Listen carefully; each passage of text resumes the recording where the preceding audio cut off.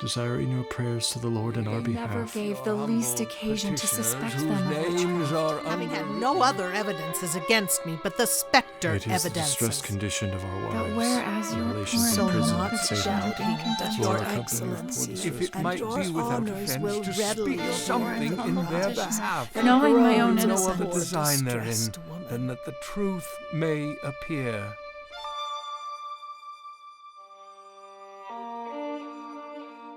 Let Goody Martin rest in peace. I never knew her harm a fly, and witch or not, God knows, not I. I know who swore her life away, and as God lives, I'd not condemn an Indian dog on word of them. John Greenleaf Whittier, poet and descendant. Susannah Martin, like a few of the other accused, was known to be a cantankerous, argumentative woman. That seems to be her biggest sin. Susannah was born in Buckinghamshire, England in 1621 and emigrated with her father and stepmother to the Massachusetts Bay Colony in 1639. She would have been 18. They were some of the first to settle in Salisbury, 40 miles north of Boston.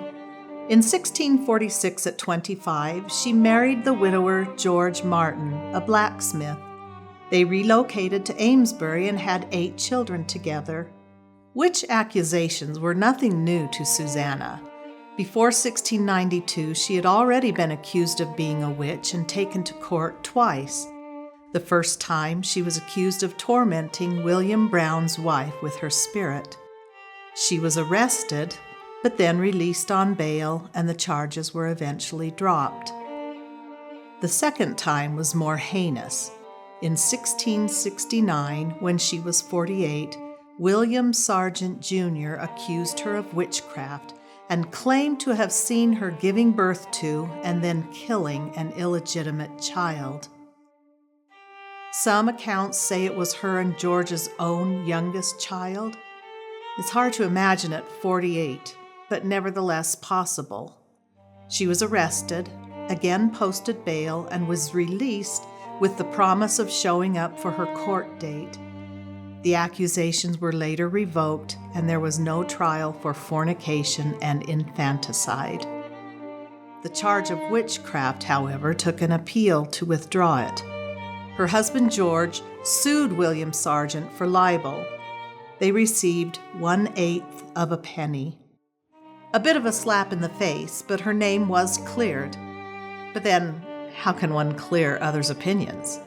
Susannah and George found themselves in court again a few years later. They were left out of her stepmother's will and sued to get what they must have thought was their due. They lost. They appealed 5 times and lost all the appeals. George died in 1686, leaving Susannah a destitute widow. So in 1692, when accusations began flying around, Susannah was 71 and an easy target. One man accused her of trying to recruit him and his brother into a pact with the devil. One man accused her of driving his oxen into the river where they drowned. The accusations against her piled up. When she was arrested and entered the courthouse, Abigail Williams, Mercy Lewis, Ann Putnam Jr., and others set off into fits, accusing her of hurting them. It's interesting that these Salem girls would never have met Susannah Martin, being from Amesbury. But then people talk, don't they? Susannah Martin never really stood a chance. Her reputation was too tarnished, and her bitter temperament was too well known. Her staunchest defender, her husband George, was dead. When she was questioned, she actually answered every question well, quoting many scriptures, which a witch was not supposed to be able to do. It didn't matter. She was subjected to more than one physical examination of her body. No witch's tits were found. But on the second examination, the examiner stated, "In the morning, her nipples were found to be full as if the milk would come, but by late afternoon, Her breasts were slack, as if milk had already been given to someone or something. The insinuation was that she had suckled her familiar, an animal bound to her in her service of the devil. Remember, she was 71 years old. She tried to explain herself, but it fell on deaf ears. Spectral evidence, used ad nauseum at this point, was too strong. The girls were very good. Susannah Martin was hanged on July 19, 1692, with Sarah Good, Sarah Wilds, Rebecca Nurse, and Elizabeth Howe.